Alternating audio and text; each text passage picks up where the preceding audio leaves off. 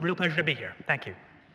So, as you probably are all aware, at this moment, every year, we're putting something like 25 billion tons of CO2 into the atmosphere. So that's 25 cubic kilometers if you compressed it to a liquid volume. Or another way to think about it that might be more useful is in the rich world here or elsewhere, think about something like a car a month of mass that each of us disposes of CO2 into the atmosphere. This is stunning. It's a geological force on the planet. This is more just plain material than we move in anything except maybe mine overburden. So the sheer volume of material that we move around in CO2 into the atmosphere dwarfs essentially any other mass flow that humanity makes. The reason that we haven't dealt with this problem long ago is because we don't see it.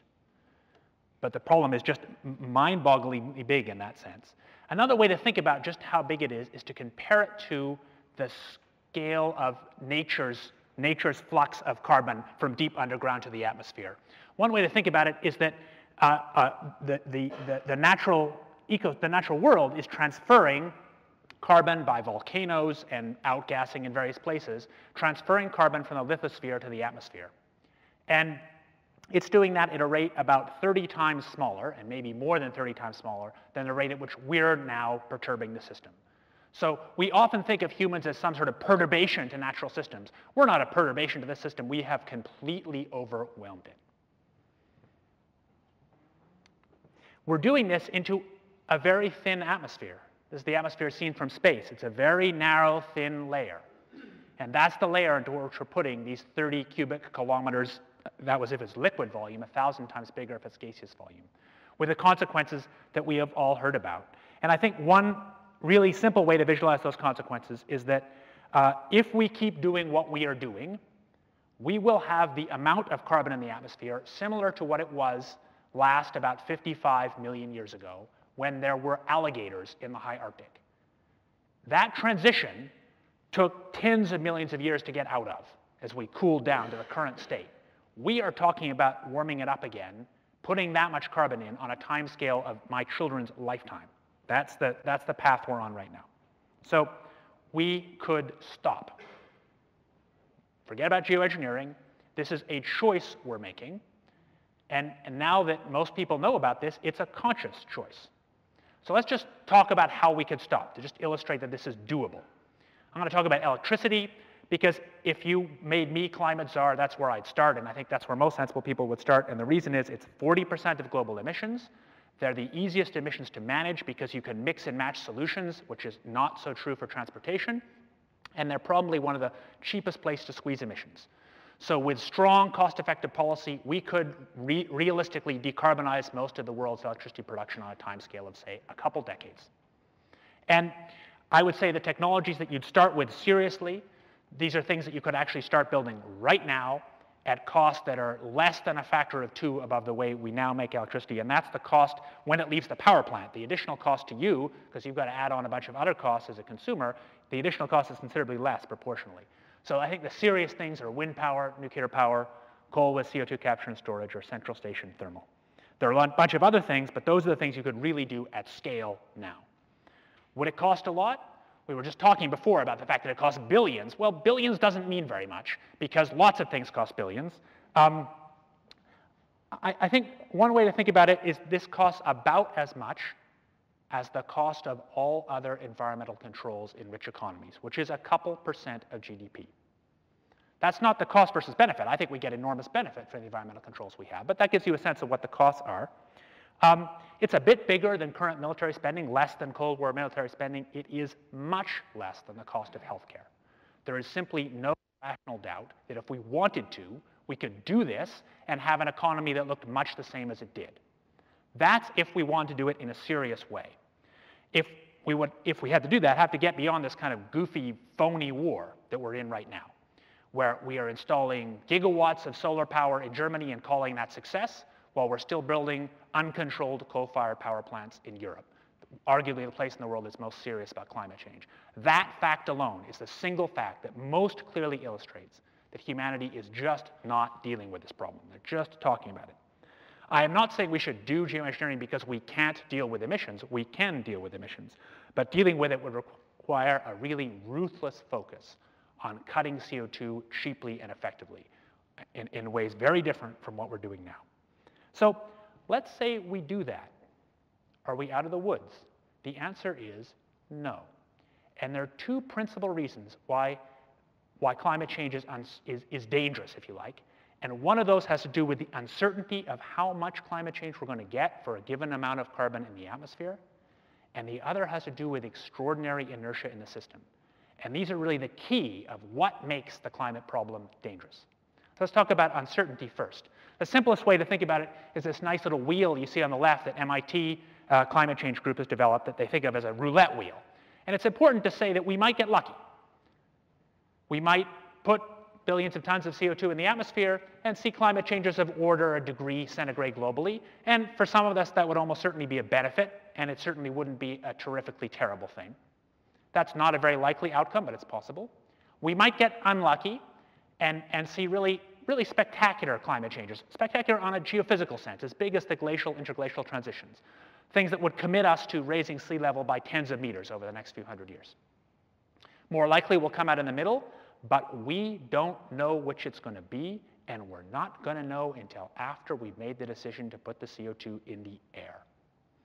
You see on the right some early thing that Granger Morgan and I did in the early 90s. We asked 15 of the world's climate experts in day-long interviews how sensitive the climate was to doubling CO2. That was because the IPCC at that point had a very narrow view of the uncertainty range, and this paper helped to change people's view about the uncertainty range. But a key thing was at the end of that day of asking these, really the world's best experts, we said, let's say we come back to your office 15 years later and you've been made czar of all climate research and all the research money was spent just the way you wanted it, and not only that, more research money than we have now, how much would the uncertainty have narrowed? And the answer was not much. And that was the answer they gave us 15 years ago, which has proved to be the right answer. And so we have to make decisions about risk without knowing exactly what's going to happen. So that's uncertainty. This is inertia. CO2 has a lifetime like nuclear waste.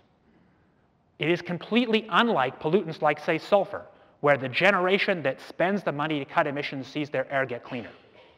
Once you put CO2 in the atmosphere, if you don't do something about it by taking it out later, we'll talk about that in a minute, you can more or less think of the climate change impacts of that CO2 as lasting forever. 10,000 years later, you've still got a half to a third as much climate change as you have at the peak, the day the coal-powered power plants turn off. And just to give you an anchor, this isn't a plug for nuclear or against it, but we have an idea that nuclear waste lasts a long time. In that same 10,000 years, the intensity of nuclear waste is down by a factor of 3,000 compared to when you pull it out of the reactor. Let's also think about the extraordinary inertia of policy. So let's say that governments suddenly get serious, get out of the kind of phony war mode about climate change and really begin to do something. Impose a high carbon tax with recycling, income recycling, and put a bunch of money in R&D and really force the system to cut emissions, which, as I said, we could do.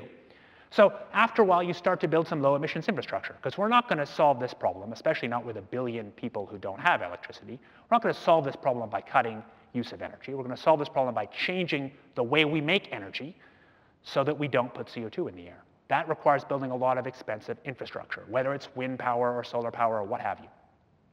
But building the infrastructure, starting to build it, doesn't instantly do anything. It's only once you've built up a stock of infrastructure that you've reduced the emissions. That's the amount of CO2 going in the air each year. But doing that doesn't help climate change immediately. You only get the benefit of helping climate change once you've reduced emissions for long enough that the concentrations, the amount of CO2 in the air, is down. That is an enormous time delay. The combination of those two things is the central reason this problem is dangerous. Because we're not sure how serious the climate change is going to be, and there's some low probability chance it will be very bad, and there's enormous inertia, so we can't just stop the problem suddenly. That's the core reason why the climate problem is dangerous. So given that, one of the things that I and others think we should talk about and research, but not do now, is think about ways to engineer the climate. And the reason is that at some point, and that point could be today, even if we cut emissions instantly, we would still have enough CO2 in the atmosphere to cause a problem. And we need to think about how to manage the risks of that CO2 in the atmosphere. At least the main kind of geoengineering which I'll talk about is not principally a substitute for cutting emissions. It's something to do to limit the environmental impacts of the CO2 that's in the air. So just to give you a kind of a taxonomy, geoengineering is something we do to the climate system that changes the link between human actions and the impact of CO2. Of course, it's important to say that while we can adapt, natural systems can't, or don't in the same way. There are two completely different things that go under the name geoengineering, and I think in thinking about it and discussing it, and even I can tell you without revealing very much in the work of the current Royal Society panel, it's easy to get tangled up by considering them under the same name because the consequences and ways to think about them are so different. So one thing is this solar radiation management, this idea, which we'll get to in a second, that you could shield some sunlight and it would get colder. There's a whole bunch of ways you might do that, as you can see, but all those ways have the property that they are very fast, they're very cheap, and they're very uncertain, but they do very little about the carbon in the air. There are a whole bunch of things we might do to take CO2 out of the air, ranging from high-tech ones, like this direct capture of CO2 from the air, which I'm working on, to less high-tech ones like biochar, which is currently a hot topic, which may or may not be all that useful. But these are all things to get carbon out of the air. And there's no question that getting carbon out of the air is a good thing and essentially risk-free. So some of these things may have local environmental risks, but there's no risk associated with getting CO2 out of the air. After all, that's the whole point. So these two topics are very, very different. Let's talk a little bit about the first one. This may sound like hubristic overstatement, and all discussion about geoengineering is kind of tinged with concerns about scientists' gross hubris about how they can manage the world. And I hope to convince you that it makes sense to think about that in a way that's not hubristic. But let me make the statement. There is no scientific doubt that if you put aerosols in the upper atmosphere, it will get colder. There's lots of doubt about how well that will or won't compensate for CO2 in the air, or about what all the various side effects of it will be, but there's no doubt it will get colder. And it will get colder in about a year. And the reason we know that is because volcanoes had done the experiment for us. So when that volcano, Pinatubo, put 10 million tons of sulfur in the air, it got colder in a year, and that's been true of all the other volcanoes we've seen in the historical record. There are a whole bunch of ways, which I will skip over except to kind of wave my arms and say that it's complicated. There are a whole bunch of ways that we might do this that are more sophisticated than just putting sulfur in the air. But as yet, there's been essentially no serious scientific research. So I can tell you very little about what these ways would cost, or which ones might work better or worse, or in particular have more or less environmental impacts. But for those of you who like to think about numbers, I want to point out one number that has to do with the leverage of science and engineering over the planet. And I'll come back to that in a minute. And that one number is this number here. So one pound or ton of sulfur in the stratosphere offsets roughly 300,000 tons of CO2 in the atmosphere. I'm not claiming it perfectly compensates for the effect. It does not. But that gives you a sense of the leverage. And if you're thinking this is going to be a big amount of sulfur to rain down on us, this is actually a few percent of our current sulfur emissions. So that is not a concern. There are lots of other concerns about this. Just to give you a teaser, one particular fun idea I've worked on personally is an idea that you build a little bit on this technology, and it has to do with the fact that you can actually levitate particles in the upper atmosphere due to unequal heating of them. The actual effect doesn't involve unequal heating, it involves some other physics trick, but this is the one that works in interstellar disks, and it's one that's relevant. And the bottom line is those of us thinking about this believe we have a way to levitate small particles, and indeed it turns out nature almost certainly already does that. It has a layer of levitated particles in 100 kilometers, and there might be reasons why doing aerosol, that aerosol fine particle, geoengineering in the stratosphere using methods like this or any number of advanced methods might have less side effects or be more controllable than just imitating volcanoes, but we won't know it if we don't do some research. Particularly, we won't know how it won't work. Another thing that, just to sort of give you a teaser to the stuff that I do, I can talk about it because I know about it, that's fun, is I spent a lot of effort, actually I have quite a large number of people right now working on ways to capture CO2 directly out of the air. That's that other class of technologies, things that are expensive and essentially certain to work in the sense of solving the problem if you really did it, but not at all certain to work in the sense that I can't claim we know for sure we could do this at an interesting cost. There are about 4 or 5 groups with little startup companies building air capture efforts now in the world. The particular focus of our group, and this gives you some idea of why we think air capture might be interesting, but the particular focus of our group is to build air capture technologies as much as possible on existing industrial processes that can be scaled up with kind of classic chemical engineering scaling so we could actually do it soon and cheap with very low technical risk. We're building on technologies from the paper industry and quite conventional chemical process technologies. This is one of the standard slides I use in the big air capture talk, and these various things around here are all pieces of hardware that exist in the real world today, and we're essentially figuring out how to combine those pieces of hardware to build a commercial air capture system quite soon. So I'll skip over that. I want to come back to this issue of leverage. One claim that's sometimes made is, why worry about geoengineering because we're already doing it? So people will say that we've already been engineering the planet by putting all that carbon in for a century or two, and so we shouldn't get too worked up about the idea of engineering the planet. I don't buy that argument. I think that intention matters just as it matters in common law. And there's a difference between deliberate engineering, doing something with the intent to figure out how to most effectively lever the planet, and just making a mess. So I think what we have been doing was producing energy that we wanted to run our civilization. And as an accidental byproduct, we've been perturbing the climate by putting a huge amount of carbon in. It's not an accident anymore. We know about it. Indeed, we've known about it for a very long time. So one thing you often get if you're the general public and you haven't done too much more than read a few stories about climate change over the last decade is you may think that the science of climate change is new.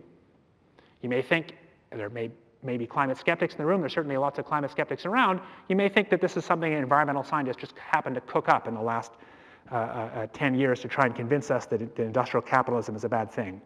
Well, this is the report that got to President Johnson's desk when I was 3 years old. And it says essentially exactly the same thing that the climate science community says now. Because the core climate science that says you put that much CO2 in the air, you're going to have a serious problem, has been around roughly since the early 60s. And an interesting fact is that report talked about geoengineering. And indeed, every other major scientific report on what to do about the climate problem, like the MIT reports of the late 60s, early 70s, or the US National Academy in 1977 or 1982 reports, all dealt with geoengineering, but then it became taboo to talk about it. And only in the last year or so have we the taboos become unhinged, and now we're talking about it for better or for worse. And I have to say, I wake up at night sometimes wondering if it's for worse. So the last few slides about 2 different ways to think about it. One way to think about it is to consider geoengineering as an alternative to cutting emissions. And there are some people who actually advocate this. They say, well, let's just keep ramping up the amount of CO2 in the air, and let's ramp up the amount at which we turn down the sunlight. And heck, plants grow better in higher CO2 atmospheres, so it might actually be a benefit. And we'll just merrily go on to the future. And since it's much, much cheaper to do this than to cut emissions, that might be a good deal. I think that that's just reckless nonsense for a bunch of reasons I can come back to in questions. But I think it's harder to dismiss this. So let's say we actually get serious about cutting emissions, which I hope will be soon, but I fear will not be. There will be some day, and maybe we'll have global celebrations, where we turn the corner, where the amount of CO2 in the atmosphere stops growing. Maybe it'll be 2072, maybe 2050. That'd be about as early as I could imagine it being. And on that day, we will have begun to turn the corner, as we have already turned now a few years ago for chlorine in the stratosphere. That's a major environmental problem we did solve, banning chlorofluorocarbons or controlling their use. So we're going to go over a hump. And the question is, would we like to minimize the environmental damage we do from the CO2 that's already in the air by shielding a little sunlight? And the answer to that, I think, is that's not so easy to dismiss. There's a problem. Knowledge that geoengineering is possible makes the climate impacts look less fearsome. When I don't have my geoengineering hat on and I'm going into Canadian or American politicians and trying to convince them to act on climate change, I, like every other climate scientist, say, you got to worry about that low probability, high consequence tail of the climate uncertainty, the idea that Greenland might just slide into the sea. And I use that to try and scare them into acting to regulate on emissions. But of course, if we know that geoengineering works, which we do not know, then that will look a little less convincing. And that's a problem. And I think that's the central reason why there has been a taboo about talking about this. And I think it's dangerous to talk about it, but nevertheless, I now feel that it's better to talk about it than not to talk about it. So the last 2 or 3 slides, some opinions. We need a serious research program, but it doesn't need to be big. But right now, we have essentially conversations about geoengineering dominated by a kind of blogosphere that's pretty non-scientific, and that's dangerous. Current understanding, and that's with every major climate model, about 4 or 5 that have been run on a geoengineering test experiment, indicate that geoengineering could, if done sensibly, lower the risks. That doesn't prove it's true, but that's the current evidence. I think you should treat it as a means of managing the worst impacts, not as a substitute for emissions reductions, but I'm wise enough to know that people like me don't make the decisions, and the science community should expect to lose control. And we need to do a lot of thinking about international governance and norms of behavior around both research and, should we have to do it, implementation of geoengineering. I'm sure we'll talk about that later. I want to think about one more framing of this. There's an argument for why we should do research. Imagine a dichotomy. Geoengineering either works or it doesn't. Of course, it's not that simple. It's going to be in the middle, but just suppose it was that simple. So we expect either that it doesn't work or it works, and we find out after we do some research or try it that either it works or it doesn't work. The very worst case to be in is if we think it works and it doesn't.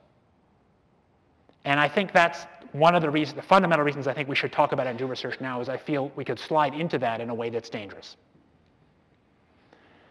Equally, we don't really want to be in a situation where we just assume it doesn't work and it does, because if it really did work reasonably well, we've missed an opportunity to limit the damage to ecosystems we might really care about, like the high Arctic.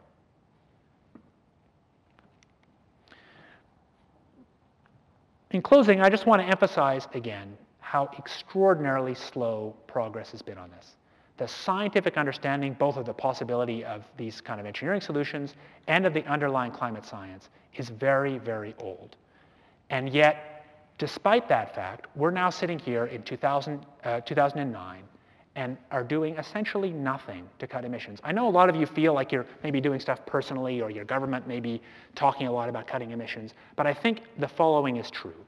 If you were a Martian who came down and just kind of went around the planet watching what people were actually doing with their energy systems, you would be essentially impossible to detect any real movement to limit emissions at the pace necessary to deal with the magnitude of the climate problem. I think that's a fair statement. That is not, we're not committed to that. That's a choice. So I really dislike it when people say we must geoengineer because we're never going to cut emissions. No, we can cut emissions. We should cut emissions, we must cut emissions, but we might also want to learn how to manipulate the system to reduce the risks of the CO2 that's already in the air. Thank you.